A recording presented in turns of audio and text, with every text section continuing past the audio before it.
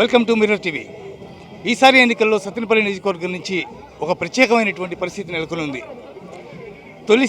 ఆంధ్రప్రదేశ్ తొలి శాసనసభ స్పీకర్ కోడెల శివప్రసాదరావు ఇక్కడి నుంచి పోటీ చేస్తూ ఉండగా, మరోవైపు వైఎస్ఆర్సీపీ నుంచి ప్రముఖ నేత అంబటి రాంబాబు పోటీ చేస్తూ ఉన్నారు. ఈ నేపథ్యంలో ఇద్దరి మధ్య జరుగుతున్నటువంటి పోటీ చాలా ఒత్తిడి రేపుతున్నటువంటి పరిస్థితి కనిపిస్తోంది. మొత్తం మీద ప్రస్తుతం మన సత్తెనపల్లి నియోజకవర్గంలో ఉన్నాం. ముప్పాళ్ళ అనే గ్రామంలో అంబటి రాంబాబు ప్రస్తుతం ఇక్కడ ప్రచారం చేస్తున్నారు. ఆయన మనతో ఉన్నారు. ఆయనతో మాట్లాడి ఆయన ప్రచారం ఎలా సాగుతోంది, ఆయన విజయావకాశాలు ఎలా ఉన్నాయి ఇవన్నీ తెలుసుకుందాం. సార్ నమస్కారం. ఎలా సాగుతోంది మీ ప్రచారం? ప్రచారం చాలా బాగా సాగుతుందండి. ప్రజాస్పందన కూడా చాలా బాగున్నది. వైఎస్ఆర్ కాంగ్రెస్ పార్టీని గెలిపించాలని ప్రజలు డిసైడ్ చేసుకున్నట్టుగా నాకు అనిపిస్తూ ఉన్నది. ప్రతి చోట, ప్రతి గ్రామం, ప్రతి వార్డు వెళ్ళినప్పుడు ప్రజలు చాలా అద్భుతంగా స్పందిస్తున్నారు. జగన్మోహన్ రెడ్డి ముఖ్యమంత్రి కావాలని కోరుకుంటున్నారు. ఆ క్రమంలో మమ్మల్ని అందరినీ ఎన్నుకుంటారని కూడా మేము అనుకుంటున్నాం. మీకు ప్రస్తుతం ఉన్నటువంటి పరిస్థితుల్లో రకరకాల ఆరోపణలు అటు ఇటు ఇవన్నీ కూడా జరుగుతున్నాయి. మీరు చాలాసార్లు ప్రత్యేకంగా తెలుగుదేశం పార్టీ లేకపోతే తెలుగుదేశం ప్రభుత్వానికి సంబంధించిన విషయాల్లో మీరు చాలా తీవ్రంగా మీరు చెప్పినటువంటి సందర్భాలు చాలా ఉన్నాయి. ఈ నేపథ్యంలో మీ విజయావకాశాలు లేదా మీ పార్టీ విజయావకాశాలు ఎలా కనిపిస్తున్నాయి? మా పార్టీ విజయావకాశాలు చాలా మెండుగా ఉన్నాయి. ఎందుకంటే గత ఎన్నికల్లో కూడా చాలా హోరాహోరీగా రాష్ట్రంలో ఎన్నికలు జరిగాయి. మన చంద్రబాబు నాయుడు గారు చాలా స్వల్ప ఆధిక్యతతో, అంటే 5 లక్షల ఓట్ల తేడాతో జగన్మోహన్ రెడ్డి గారి కన్నా మెరుగైనటువంటి ఫలితాలు ఆయనకు వచ్చాయి. ఆ రోజు రావడానికి కారణం ఏంటంటే చంద్రబాబు నాయుడు గారు చాలా సీనియర్ అనేటువంటి ఒక అభిప్రాయం. ఆయన చాలా ఆచరణ యోగ్యం కానిటువంటి హామీలు ఇచ్చారు. అవన్నీ చేస్తాడని ప్రజలు భావించారు అమాయకంగా. కానీ 5 సంవత్సరాల కాలంలో ఆయన ఏది చేయలేదు, ఇచ్చిన హామీని నెరవేర్చుకోలేదు. అందువల్ల ఆయన మీద చాలా వ్యతిరేక భావం ఉన్నది. కాబట్టి రాష్ట్రంలో వైఎస్ఆర్ కాంగ్రెస్ పార్టీ గెలుపొందడానికి అవకాశం ఉన్నది. రెండో అంశం ఏంటంటే జగన్మోహన్ రెడ్డి గారు నిరంతరం ప్రజల పక్షాన ఉండి పోరాడుతున్నటువంటి ఒక యోధుడిలాగా, ప్రతిపక్ష నాయకుడిగా ప్రజల చెంతకు చేరాడు. 3600 పైచిలకు కిలోమీటర్లు పాదయాత్ర చేసి రికార్డు సృష్టించినటువంటి వ్యక్తి. అలాంటి వ్యక్తి ఒకసారి ముఖ్యమంత్రి అయితే ఈ రాష్ట్రాన్ని ఏ విధంగా పరిపాలన చేస్తాడో చూడాలనేటువంటి ఆకాంక్ష ప్రజల్లో నాకు చాలా స్పష్టంగా కనిపిస్తూ ఉంది. కాబట్టి రాష్ట్రంలో వైఎస్ఆర్ కాంగ్రెస్ పార్టీ చాలా మెరుగైనటువంటి సీట్లను సాధించి శాసనసభలో నాయకుడిగా జగన్మోహన్ రెడ్డి గారు ఎన్నిక కాబడతాడని, ముఖ్యమంత్రి అవుతారని నేను భావిస్తూ ఉన్నాను. ఇక రెండో అంశానికి వచ్చినప్పుడు మా నియోజకవర్గానికి సంబంధించి కూడా చాలా హోరాహోరీగా, పోటాపోటీగా పోయిన ఎన్నికలు జరిగాయి. నాకన్నా కొద్దిగా 924 ఓట్లు ఎక్కువ రావడంతో ఆయన విజయం సాధించారు. నేను అక్కడ దాకా వచ్చి పడిపోయాను. ప్రజలు నన్ను ఎందుకనో చాలా స్వల్ప తేడాతో మాత్రమే ఓటమి పాలకు గురి చేశారు.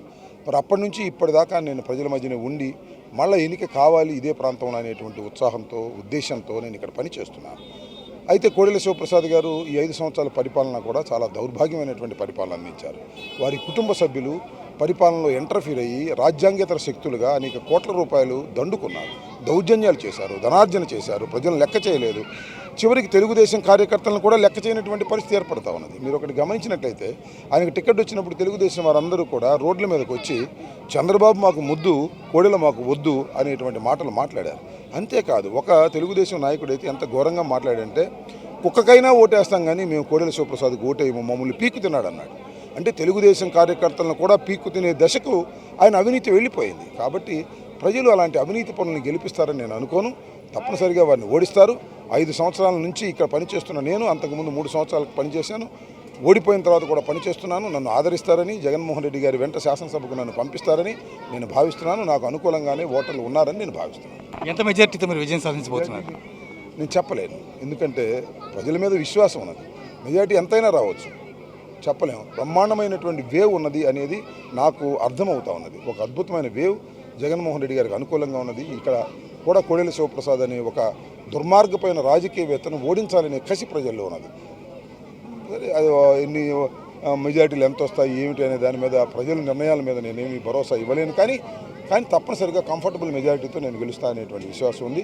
11వ తారీఖున పోలింగ్ చేయబోతున్నారు. 23వ తారీఖు మనం చూస్తాం. అద్భుతమైన ఫలితాలు రాష్ట్రంలో వస్తాయి. సత్తెనపల్లిలో కూడా అద్భుతమైన ఫలితం వస్తుంది. నరసరావుపేట నియోజకవర్గం అంటే నరసరావుపేట పార్లమెంటు స్థానం కిందకి మీ పరిధి కూడా వస్తుంది. నరసరావుపేట పార్లమెంటు స్థానంలోకి ఈ ఏరియా అంతా వస్తుంది. కృష్ణదేవరాయలు గారి విజయావకాశాలు ఎలా కనిపిస్తుంది? చాలా బాగున్నాయండి. కృష్ణదేవరాయలు గారు విజయావకాశాలు మాకున్న 7 నియోజకవర్గాల్లో గతంలో కూడా మొత్తం 7 నియోజకవర్గాలు 2 నియోజకవర్గాలు మాత్రమే గెలవడం జరిగింది. మేము ఒకటి స్వల్ప తేడాతో ఓడిపోవడం జరిగింది.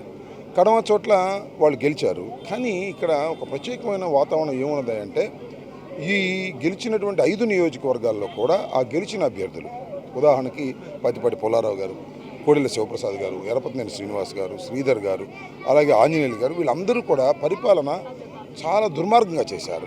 లోకల్గా ఉన్నటువంటి సంపదను దోచుకునే కార్యక్రమం చేశారు. కాబట్టి వారి మీద బాగా వ్యతిరేకత ఉన్నది ఒకటి.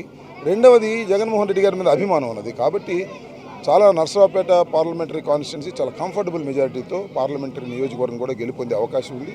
గెలుస్తారని విశ్వసిస్తున్నాను. Thank you so much. ఇది అంబటి రాంబాబు గారి మనోగతం.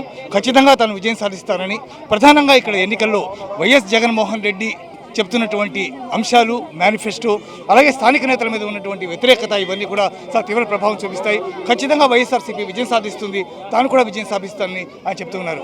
కెమెరా పర్సన్ సురేంద్రతో Sivaprasad, Mirror TV, Sattenapalli. You're watching this on Mirror TV. Please like, share and subscribe. Please watch and subscribe to Mirror channel. You're watching this on Mirror TV. Please like, share and subscribe. You're watching this on Mirror TV. Please like, share and subscribe. You're watching me on Mirror TV. Please do like and subscribe this.